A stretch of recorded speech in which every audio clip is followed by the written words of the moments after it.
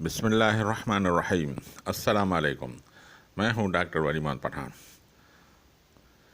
ہمارے خوراک کے 3 جز ہیں: پروٹین، فیٹ یعنی چکنائی، اور کاربوہائیڈریٹ جسے شوگر یا گلوکوز بولتے ہیں۔ جتنی بھی ہماری غذائی اشیاء ہیں، چاہے اناج ہو، سبزی ہو، گوشت ہو یا فروٹ ہو، ان میں یہ 3 بنیادی غذائی اجزاء ہیں جو ہمارے جسم کو توانائی فراہم کرتے ہیں۔ کیونکہ ہمارا موضوع ہے ڈائبٹیز یعنی شوگر کی بیماری، جسے عام طور میں شوگر کی بیماری بولتے ہیں، لیکن ڈاکٹری لینگویج میں اسے ڈائبٹیز بولتے ہیں۔ اس لیے ہم کاربوہائیڈریٹ یا شوگر ہی پہ بات کریں گے۔ جتنی بھی اللہ تعالیٰ جل شانہ نے ہمارے لیے غذا کی چیزیں بنائی ہیں، ان سب میں پروٹین، فیٹ اور کاربوہائیڈریٹ تینوں ہوتی ہیں، لیکن گلوکوز سب سے زیادہ ان چیزوں میں ہوتا ہے، یعنی 70% سے زیادہ گلوکوز اس میں موجود ہوتا ہے، جسے ہم کاربوہائیڈریٹ بولتے ہیں۔ اور ہمارے جسم کی توانائی کا سب سے بڑا ذریعہ کاربوہائیڈریٹ یعنی گلوکوز ہی ہے۔ ہماری نشو و نما کے لیے اور جسم کی توانائی کے لیے سب سے اہم جو رول ہے وہ گلوکوز ہی ہے۔ سب سے پہلے گلوکوز ہمیں توانائی بخشتا ہے، اس کے بعد فیٹ اور پروٹین بھی دیتے ہیں۔ اگر جسم میں گلوکوز کی کمی واقع ہو جائے اور فیٹ اور پروٹین ہمیں صرف توانائی دینا شروع کریں تو بہت ساری کمپلیکیشن ہو جائیں گی اور ہمیں جسم کو بہت تکلیف محسوس ہوگی۔ اور اگر گلوکوز کی کمی واقع ہو جائے تو ہمارا دماغ صحیح کام نہیں کر سکتا، اور یہاں تک کہ یہ مر بھی سکتا ہے اور ہم مر جائیں گے۔ اس لیے گلوکوز ہمارے جسم کے لیے بہت اہم ہے۔ اللہ تعالیٰ جل شانہ نے جتنی بھی غذائی اجناس ہمارے لیے پیدا کی ہیں، ان میں صرف شکر، گڑ اور جتنی بھی میٹھی چیزیں ہیں، اس میں خالصتاً گلوکوز یا شوگر موجود ہے۔ ان کے علاوہ جتنی بھی غذائی اجناس ہیں، جیسے اناج، سبزی، گوشت وغیرہ، ان میں خالصتاً گلوکوز موجود نہیں ہے، بلکہ وہ پولی سیکرائڈ کے صورت میں ہوتا ہے، یعنی گلوکوز اور شوگر کی لمبی لمبی چینوں میں وہ موجود ہیں، جسے ہمیں کاربوہائیڈریٹ بولتے ہیں۔ یعنی یوں سمجھیے، آپ نے کبھی زنجیر دیکھی ہوگی لوہے کی، اس میں کڑیاں ہوتی ہیں۔ یہ پوری زنجیر جو ہے یہ پولی سیکرائڈ ہے، اور جس میں اتنی کڑیاں موجود ہیں وہ کڑیاں گلوکوز یا شوگر ہیں۔ اور یہ کڑیاں جب ٹوٹیں گی اور ایک ایک کڑی الگ ہوگی تو وہ شوگر بھی ہوگی اور گلوکوز بھی ہوگی، اور اس میں مٹھاس بھی پیدا ہوگی۔ ورنہ وہ لمبی چینوں میں اس میں مٹھاس موجود نہیں ہوتی، لیکن ہوتی وہ بھی شوگر ہی ہے۔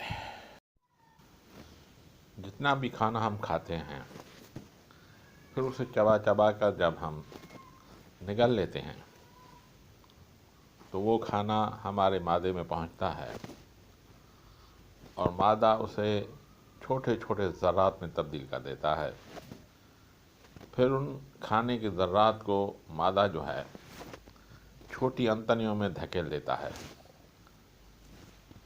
پھر چھوٹی انتڑیوں میں وہاں کے انزائم اور جتنے جوسز ہیں پولی سیکرائڈ کو توڑنا شروع کر دیتے ہیں، اور یہاں تک کہ اس زنجیر کو توڑ توڑ کر گلوکوز میں تبدیل کر دیتے ہیں۔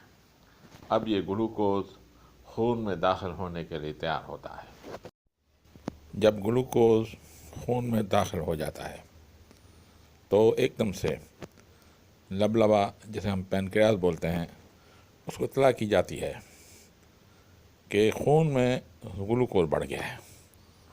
لبلبا فوراً سے اپنی اس انسولین جو ہے، جو اس کے بیٹا سیل سے ریلیز ہوتی ہے، خون میں داخل کر دیتا ہے، اور یہ انسولین خون میں جتنی بھی زائد گلوکوز ہے، ضرورت سے زیادہ جتنی بھی ہے، اس کو مسل یعنی گوشت کے سیلوں میں ڈپازٹ کرنا شروع کر دیتی ہے، یا جگر کے سیلوں میں ڈپازٹ کر دیتی ہے۔ تو اس طرح صحت مند آدمی میں جس کو ڈائبٹیز نہ ہو، شوگر کی لیول نہیں بڑھتی خون میں، بلکہ وہ نارمل رہتی ہے، اور جتنی زائد ہے وہ ڈیپو بن جاتے ہیں کہ جب ضرورت پڑے تو اسے استعمال میں لیا جائے۔ یہ بات یاد رکھنی چاہیے کہ اگر انسولین خون میں موجود نہ ہو تو گلوکوز سیل کے اندر داخل ہو نہیں پاتا۔ انسولین ایک چابی کا کام کرتی ہے، یعنی وہ جب تالے کو لگتی ہے پھر سیل کے سوراخ کھل جاتے ہیں، پھر اس میں گلوکوز داخل ہونا شروع ہو جاتے ہیں۔ اسی وجہ سے جتنے بھی ڈائبٹک مریض ہیں جس کے اندر انسولین کی کمی ہے یا موجود نہیں ہے، اس کی گلوکوز کے سیل میں داخل نہیں ہو سکتے اور خون میں ہی رہتے ہیں گلوکوز، تو اس کے خون کے شوگر کی لیول بڑھ جاتی ہے۔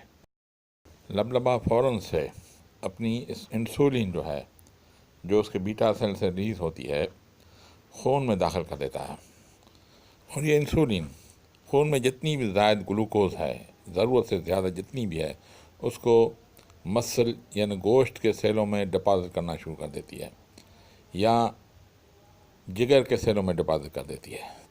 تو اس طرح صحت مند آدمی میں جس کو ڈائبٹیز نہ ہو، شوگر کی لیول نہیں بڑھتی خون میں بلکہ وہ نارمل رہتی ہے، اور جتنی زائد ہے وہ ڈیپو بن جاتے ہیں کہ جب ضرورت پڑے تو اسے استعمال میں لیا جائے۔ ایک صحت مند آدمی میں جس کو ڈائبٹیز نہ ہو، اس میں خون میں شوگر کی لیول ہارمون 100 ملی گرام پر ڈیسی لیٹر اور کھانے پینے کے 2 گھنٹے کے بعد 140 ملی گرام پر ڈیسی لیٹر تک ہوتی ہے، اور اس سے نہیں بڑھنے پاتی، اور اس سے جتنی زیادہ گلوکوز خون میں جمع ہو جاتی ہے تو اس کو انسولین سیل میں ڈیپوٹ کر دیتا ہے، اور یہ ڈیپو ضرورت کے تحت جسم اسے دوبارہ استعمال کر سکتا ہے۔ بحمدہ تعالیٰ شوگر کی بیماری کا یہ پہلا حصہ مکمل ہوا، اور انشاءاللہ تعالیٰ جلدی میں آپ کو دوسرا حصہ لے کر آپ کی خدمت میں حاضر ہوں گا۔ اللہ ہمارا حامی ناصر ہو۔